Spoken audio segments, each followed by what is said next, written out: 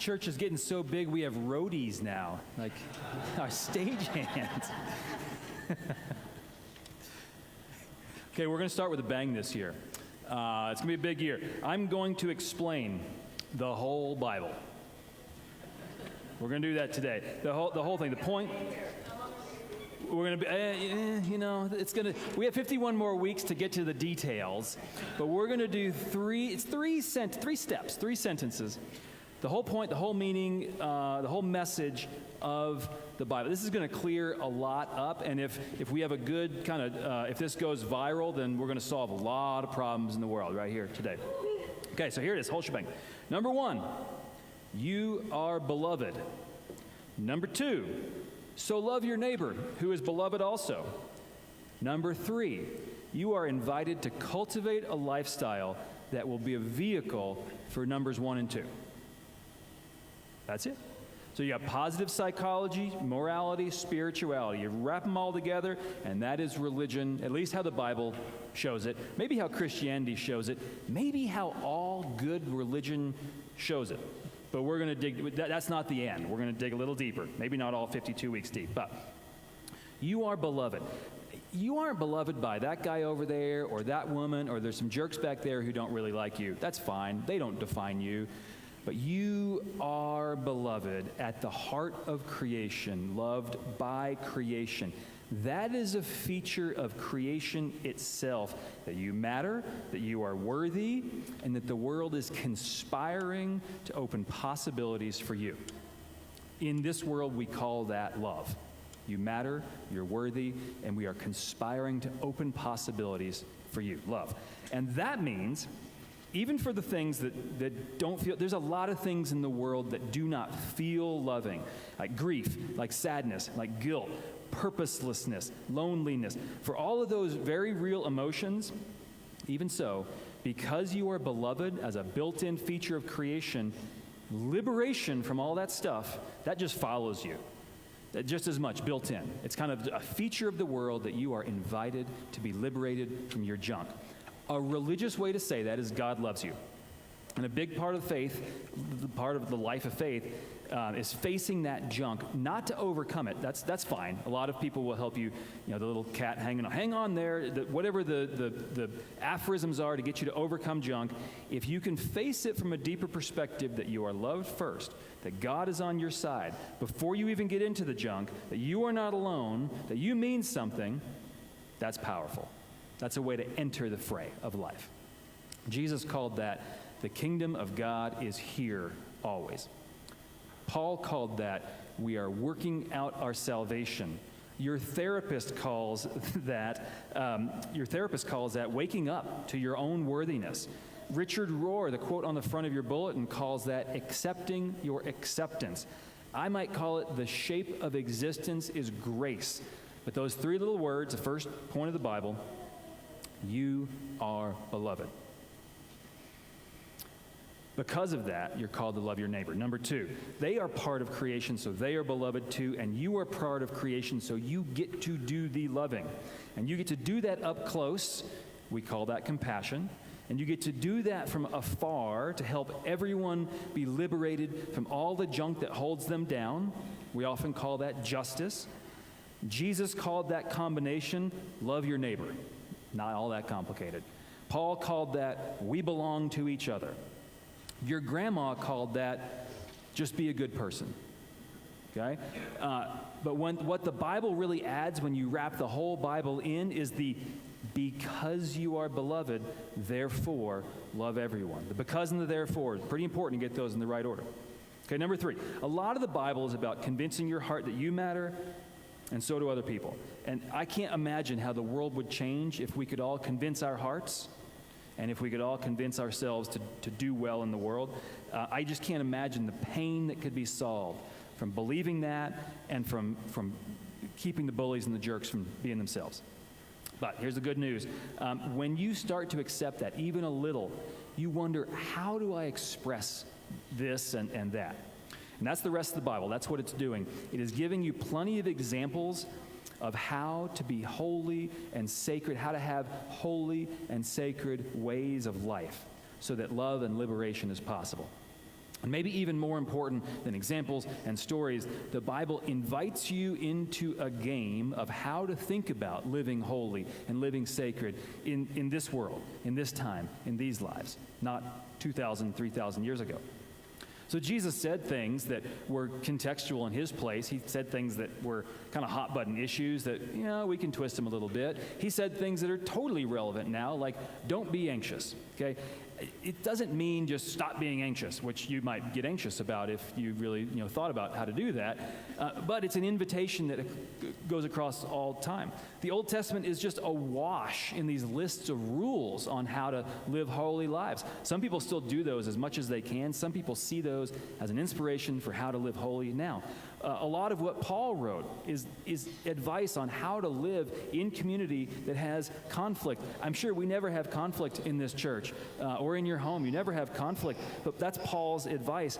And there are tons of people today who have their own advice on how to live holy and sacred lives. Much of that is reworking or proving what the Bible already said or what other ancient religions might have said.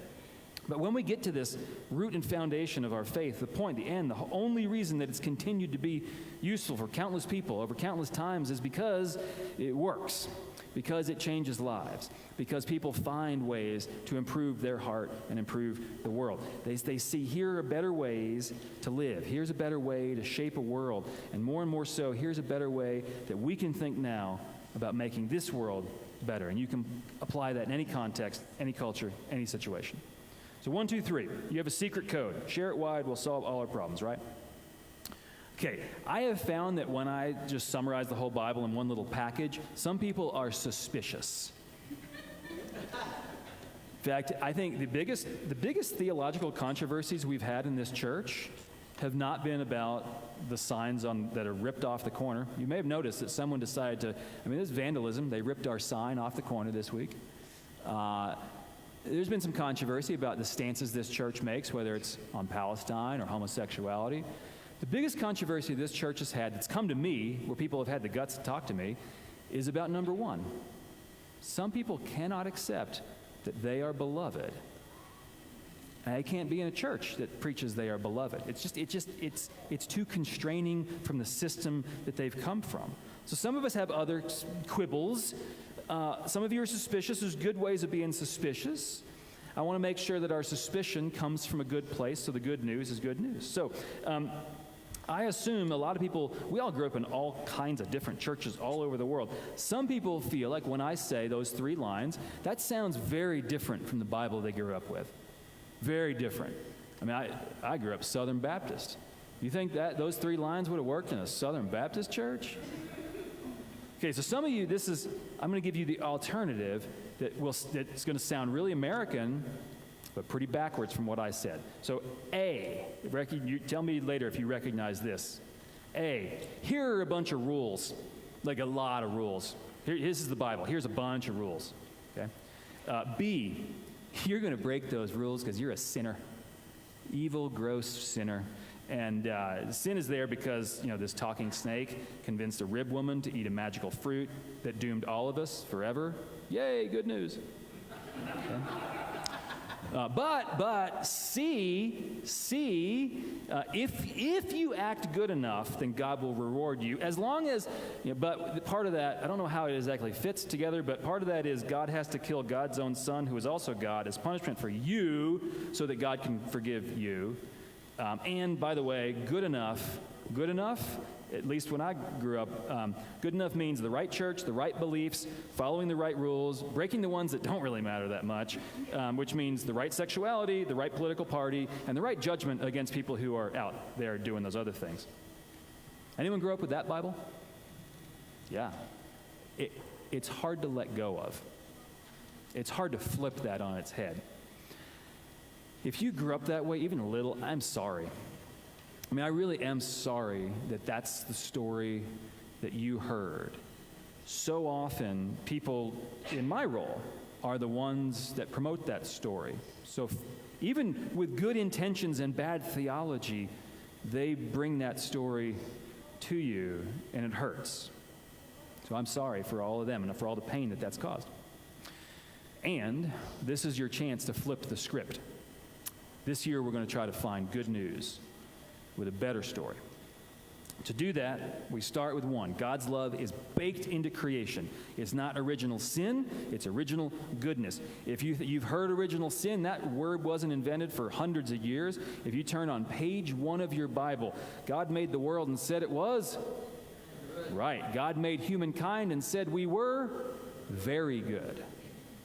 5 days of good, 6th day is very good. Later, Jesus says, I did not come to condemn, very clearly, but I came to offer abundant life, full life, beloved life. In other words, your soul is great the way it is.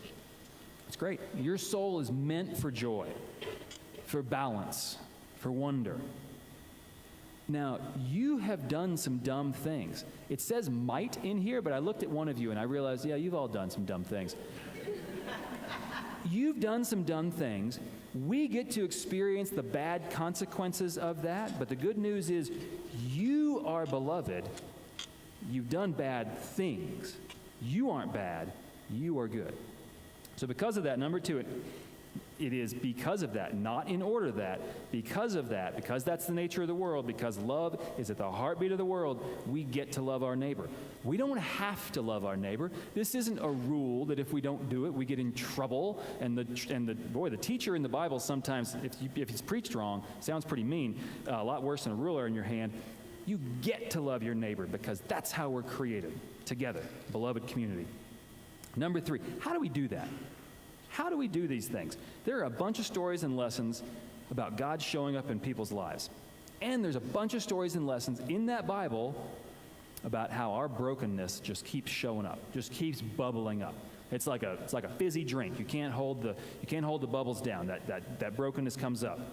And there are some cool stories in there about how even though God's beautiful light shines through that, even redeems that, and there are some hard stories in there about how we ignore and resist God's love. And there are some great stories in there that say that God's love is stronger than our ignorance and our resistance. So that anyone, any place, anytime, no matter how defeated by life, no matter how successful or comfortable or respected or spiritual, every person, every place, every time, we all have ways to take one step further, one step closer to a better life and to a better world out there. So this is a collection, thousands of years, dozens of inspired writers, several different cultures. It is a library of people wrestling with how to live so that liberation expands. And you get to enter that. Every time that thing is cracked open, you are invited into this ongoing conversation. You get to figure out, in your life, for me it often goes like this. Am I really listening to the voice of a life-affirming God? Or is this just, once again, this sounds like my voice that is accusing me of being a dummy? Or is this one of these things, is this choice going to really fit into what I think is a whole and caring life? Or am I just going to make excuses, and this choice is really, down the road, just going to choke me more and more and more? This is a lifetime of tried and true, sometimes weird, sometimes really weird, always deeper than at first take, stories and lessons about how to practice building a better relationship with the best parts of life that shine through the best parts of you. Okay, now we're going to practice. We're going to practice it together to start the year off. Because we just heard a story. We heard one of the gazillion stories in there, one that you've heard plenty of times before. One that sounds, at first glance, pretty fantastical. Magic stars, we don't believe that in 2024. And yet, it kind of makes sense that when we finally see the light, a lot of people, when you finally see the light, when you finally realize, oh, I'm in love, boom, your world changes. You drop everything. You pursue. When you finally decide it's time for sobriety, boom. It takes some steps, but there's a decision that just got made. You drop everything. You keep going. A lot of things will get in the way, not the least of which is our own ego. Unless we're super careful to change our habits, we might even get stuck back in the same ruts. That's what this story is with these wise men. They see the light, they drop everything, they make a path. Things aren't easy. They don't know the answers. They don't know the way. They find this thing they're looking for, but there's still struggles. They have to evade and move around. In that story that we just heard and is in our life, They see something. They get some hint about the world. Eventually they'll uncover that it's Jesus. But they get this hint in the world that the world is a good place. And so they are so inspired. Has nothing to do with rules, nothing to do with heaven, nothing to do with earning favor. What they see is a little glimpse that love is alive in the world. And because of that, they totally change their lives. And they break down so many boundaries. They cross religious lines. They cross a desert. They cross a king. I don't know, it seems to me uncommon that like religious fancy people with the nicest clothes and the money to hire a really nice camel to go across the whole desert, they probably don't hang out with teenage moms and construction workers very often. So there's a boundary crossed in just being in that space. And because they trust in the belovedness of the world, even though they don't know who Jesus is yet, but eventually they'll see that super clearly, which you can too, because they trust in belovedness, they make an authentic response of caring for him and the family. Imagine how helpful it would be. A young mother, a guy who, he lost his job when they moved down there, right? He was working in Nazareth. Now they're over in Bethlehem. Did he get a job yet in the first 2 years? Are they struggling through? Is he just taking day labor before he gets a good job? And they give him gold? That's pretty nice, pretty helpful. And then this frankincense thing. It's of no use whatsoever, but it's a metaphor. It's a symbol. In one way, it's pointing to Jesus' eventual role as a leader of people and nations. But when you get down to it, it's such a fancy thing. It's a way of saying, hey, Mary, when people judge you and they judge little Jesus for wearing the wrong clothes and talking different and being a refugee from Egypt or to Egypt, when people pick on you for being different, just know you are super important. God knows you matter so much. So frankincense is this gift to remind Mary about her belovedness, and we can give that gift all the time. Every time we ignore the labels that get stuck on people, every time we treat someone with authenticity, and we treat them like a person and more than just a waiter, just a cleaner, just a deadbeat, just a this, just a teenage mom. Frankincense is a symbol for how we see a deeper truth about our neighbors and how we can lift them up. And myrrh, that falls into category 3. Anyone have any myrrh on them right now? Anyone bring some? You carry myrrh around? If you were in the first century, you would know just immediately what myrrh is. It's a spice. It does 2 things. Myrrh is used for 2 things. None of you came from first century Israel. You may have heard this, but I'll remind you. One thing myrrh can be used at is a mild pain killer. Okay, so they did not have aspirin. They didn't have morphine. Okay, so what they had, one of the things they had was myrrh. And when, there's a lot of rich symbolism, but when Jesus is on the cross and he's offered some wine, some vinegar wine, one of the things that would have been in there would be myrrh to kind of take the edge off some nails through his wrists. Okay, the other thing myrrh was used for is it was a burial spice. So when on Easter, Mary, probably some other Marys, went and they brought spices to the tomb, one of those spices was myrrh. Did it do anything to the body, like as an agent of whatever you do to bodies? No. Totally a symbol about taking away the pain of death.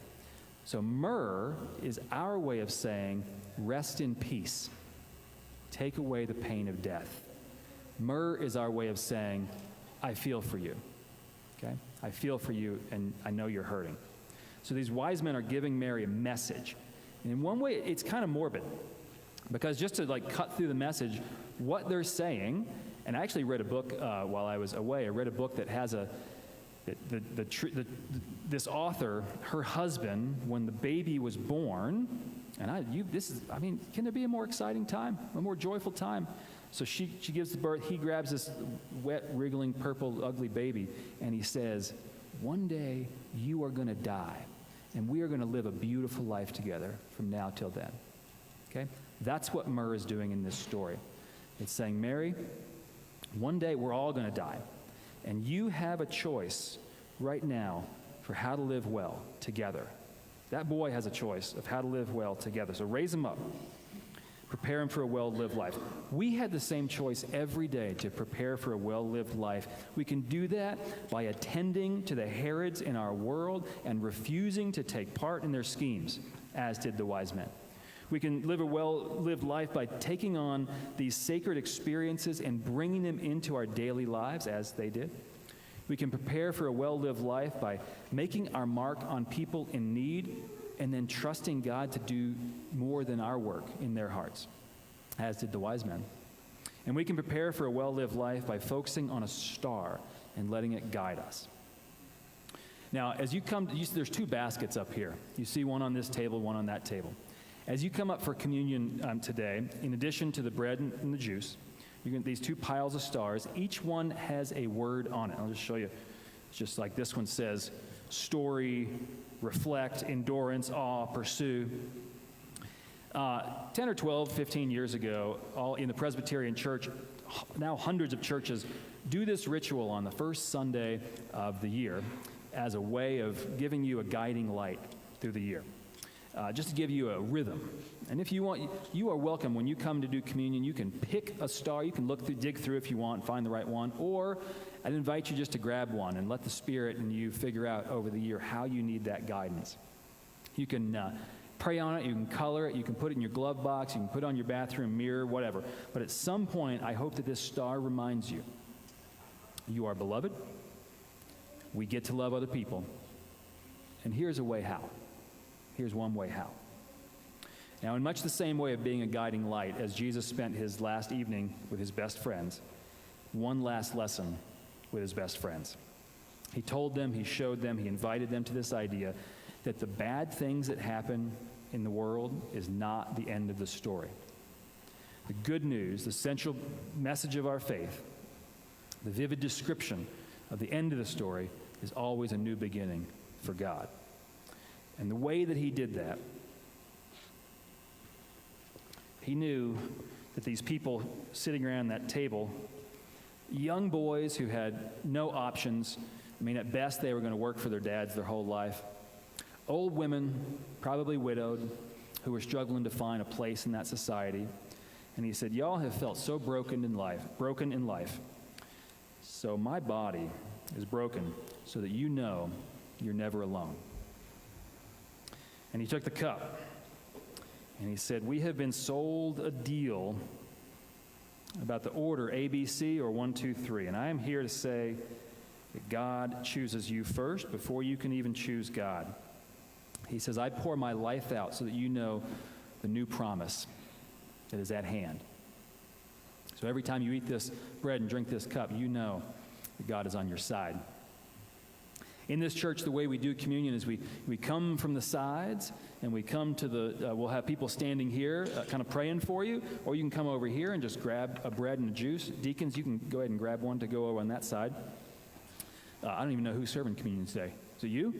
Okay, you can grab. You can come around the sides and grab that. Then you can come and grab one of your cards, your stars, and then head back there and meditate on how that is. And in this church, all are welcome to the table.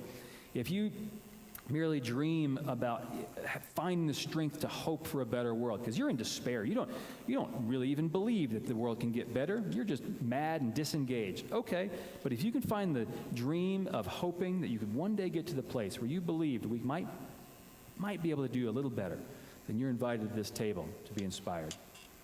Gifts of God for the people of God.